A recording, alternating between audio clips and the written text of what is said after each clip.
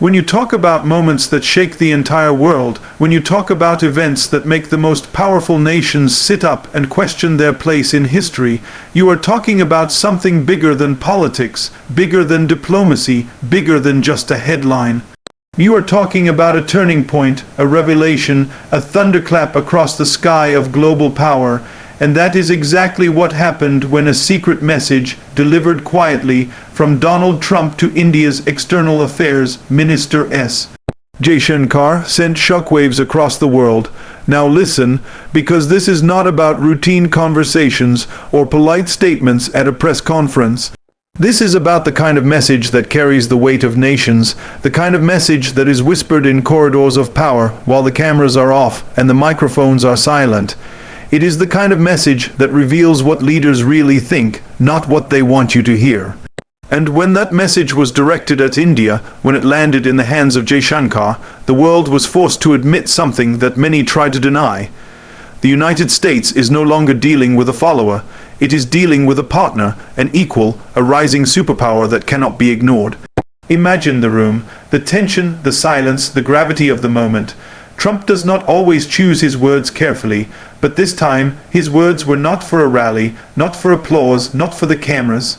They were sharp, deliberate, calculated, and Jaishankar, the man who has become the voice of India on the global stage, received them with the composure of a statesman who knows exactly how much weight his country now carries. This was not flattery, this was not empty praise, this was respect, raw, unfiltered respect, from the leader of the most powerful country on earth, directed toward India, and respect at that level does not come cheap. It comes only when a nation proves its strength, when it shows resilience, when it stands tall even under pressure. For decades, India had been treated like a secondary player, like a supporting actor in the great drama of world politics. But not anymore. Trump's message was an acknowledgement, an admission that the script had changed. India was not just in the story, it was shaping it, and Jaishankar, representing the billions of voices back home, understood exactly what that meant. Think about this. For years, the United States held the monopoly on global dominance. Every country wanted its approval, its protection, its partnership. But now, with the rise of India's economy, with the surge of its technology, with the steel of its military, America was being forced to look at India in a new light. This secret message was not just words. It was a signal to the world that Washington was recalibrating its compass, that the East was no longer just a market but a powerhouse, a force that could tilt the balance of power.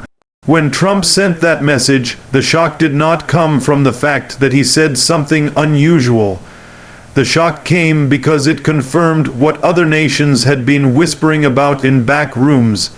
India was no longer optional. It was central. The United States, the same country that once lectured India, was now seeking India's alignment, its trust, its partnership at a level never seen before. And let me tell you, Jaishankar knew exactly how to respond. He did not bow. He did not scramble for approval. He stood firm because India today does not need validation. It commands it. He understood that this message was not just about diplomacy. It was about leverage, about recognizing that India now has the strength to say yes, and just as importantly, the strength to say no. The world was shocked because this was not the United States dictating terms. This was the United States acknowledging limits, and for a country that has been used to calling the shots for decades, that was an earthquake. When America looks at India now, it does not see a junior partner. It sees a rival to China, a counterbalance in Asia, a nation that carries the hopes of the democratic world on its shoulders, and the timing could not have been more dramatic. The world is in flux. Supply chains are shifting, alliances are trembling, conflicts are erupting, and technology is rewriting the rules of the game. In the middle of this storm, India has emerged not as a bystander, but as a player that everyone needs on their side. That is why Trump's secret message hit with such force. It was not just about bilateral relations, it was about the architecture of global power. Let me paint the picture clearer. Imagine the U.S. Generals, the intelligence chiefs, the strategists in Washington, men and women who for decades saw India as a market, a friend at best, a fence-sitter at worst, suddenly they are told, no, you don't understand, India is no longer just an ally, it is the key. That is what the message symbolized. It was the torch being passed, the recognition that India holds cards no one else can play. Think about energy, think about technology, think about defense. Think about the billions of young, ambitious Indians shaping the future of the digital world. This is not a country waiting for instructions. It is a country setting the pace. And when Trump delivered that message to Jaishankar, he was essentially saying, we see it, we feel it, and the world better be ready for it. That is why the world was shocked. Because suddenly the hierarchy had shifted, suddenly the United States was not just leading, it was negotiating, suddenly India was not just a recipient of global decisions, it was a co-author, and that changes everything. This secret message was more than just words. It was an omen, a preview of the future where India is not just part of the system, but a force reshaping the system itself. It was the clearest sign yet that the age of Western monopoly is ending, and a new balance is emerging, one where India stands shoulder to shoulder with the mightiest powers. And let me tell you, Jaishankar did not take it as a compliment. He took it as confirmation of what he already knew, that India's rise is not a dream, it is a reality, and the world must adjust. He did not respond with excitement, he responded with calm authority, because when you know your worth, you don't need to prove it. This is why the moment was so powerful. This is why it shocked the world. Because for the first time, the United States was not speaking from the mountain, handing down proclamations. It was speaking across the table, looking eye to eye. And in that glance, the world saw the truth. India is here, and India is unshakable. The moment proved that India is co-authoring the script of global power, not just acting in it.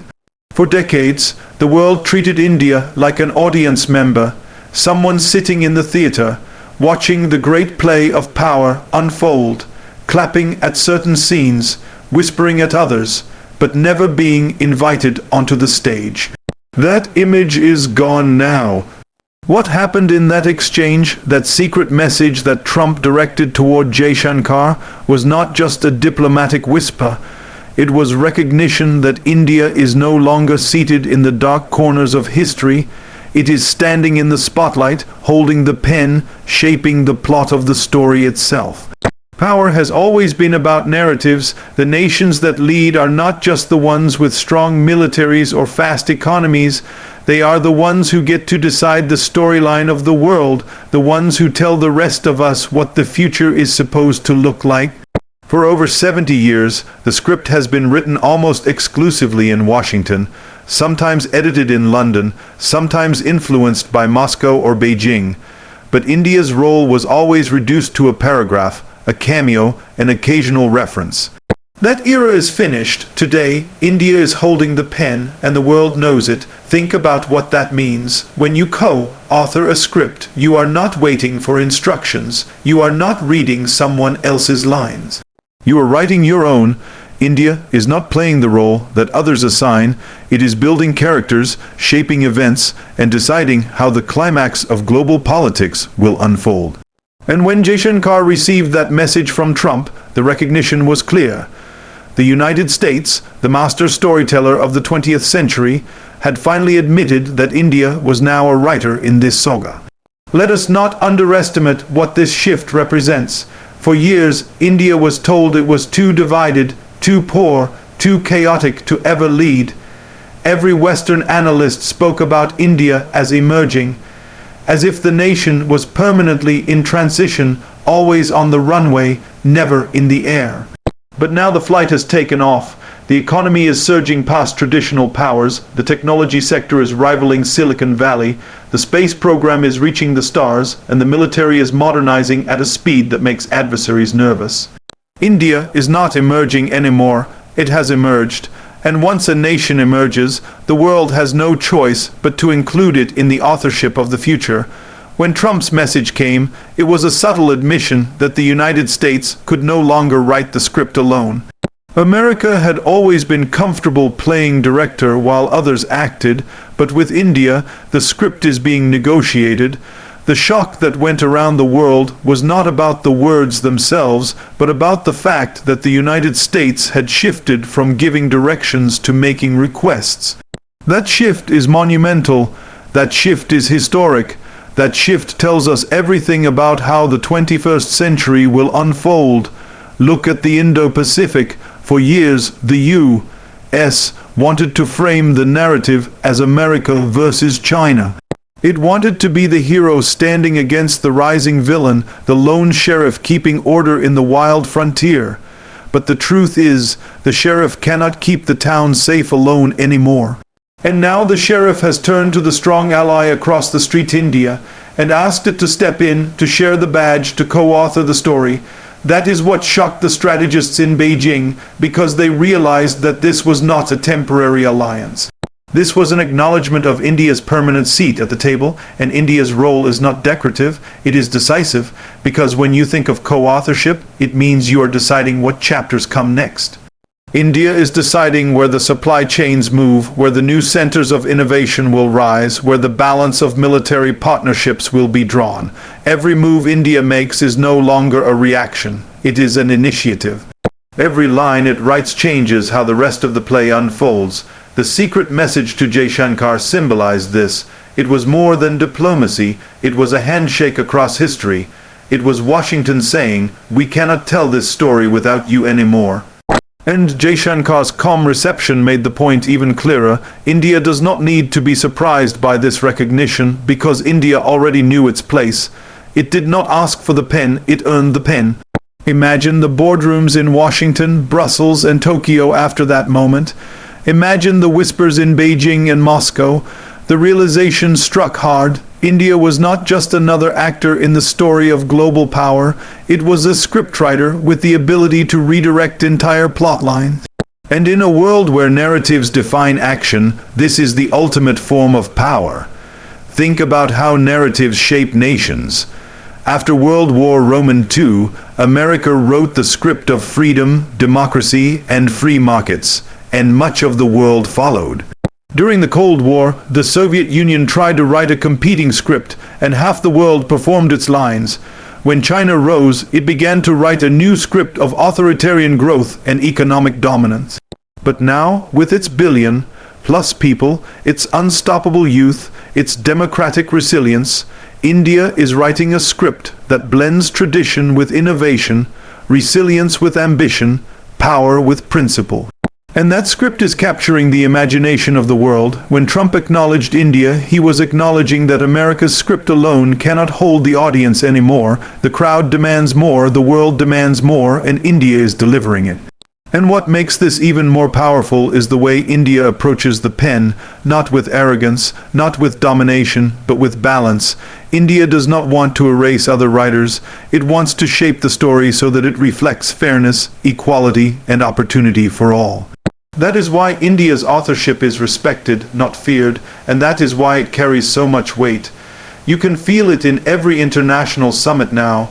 When Jaishankar speaks, it is not just one voice among many. It is the voice that can tilt the dialogue, the voice that can challenge the narrative, the voice that can reframe the entire debate, and the other powers know it. That is why the message to him was so significant. Because when you acknowledge someone in private, when you deliver a secret recognition, it means you are admitting a truth you might not even dare to say out loud. The truth is simple. The play of power is no longer a monologue, it is a duet. But even more than that, India's authorship is not limited to politics and diplomacy. Look at technology. Silicon Valley has Indians at every corner, CEO, engineers, innovators, visionaries. Look at space, where India lands missions on the moon at a fraction of the cost.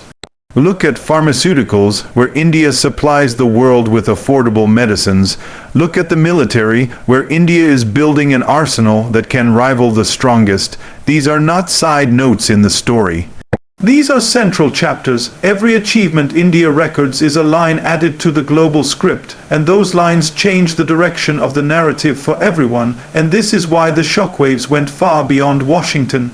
Europe felt it, Asia felt it, Africa felt it, because they understood that if the United States, the nation that has guarded the pen for generations, was willing to share authorship, then the stage had truly shifted. This is no longer the story of the West leading and others following. This is the story of the world being rewritten with multiple pens, and India's pen is the boldest among them. The phrase co-author is powerful because it means equality. It means partnership. It means contribution at the highest level. And in a world where so many nations are content to follow, India has chosen to write. That choice is what defines a superpower.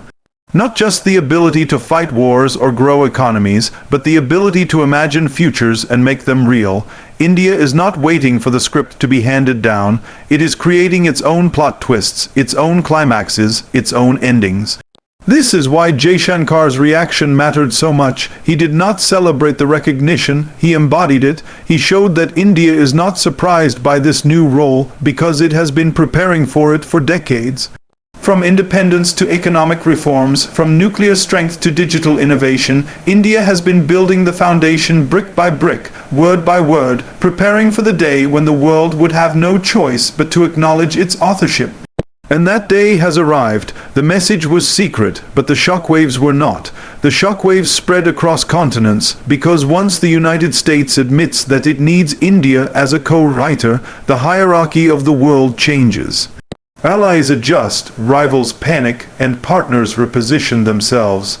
Because everyone understands that when a new writer steps in, the story is about to change dramatically. And the beauty of it all is that India's writing style is unique. It is not copying America, it is not copying China, it is not copying Europe. It is writing with its own ink, with the color of democracy, the texture of diversity, the rhythm of resilience. That is what makes it powerful. That is what makes it unstoppable. Because when a nation writes with its own voice, it does not just add to the story, it transforms it.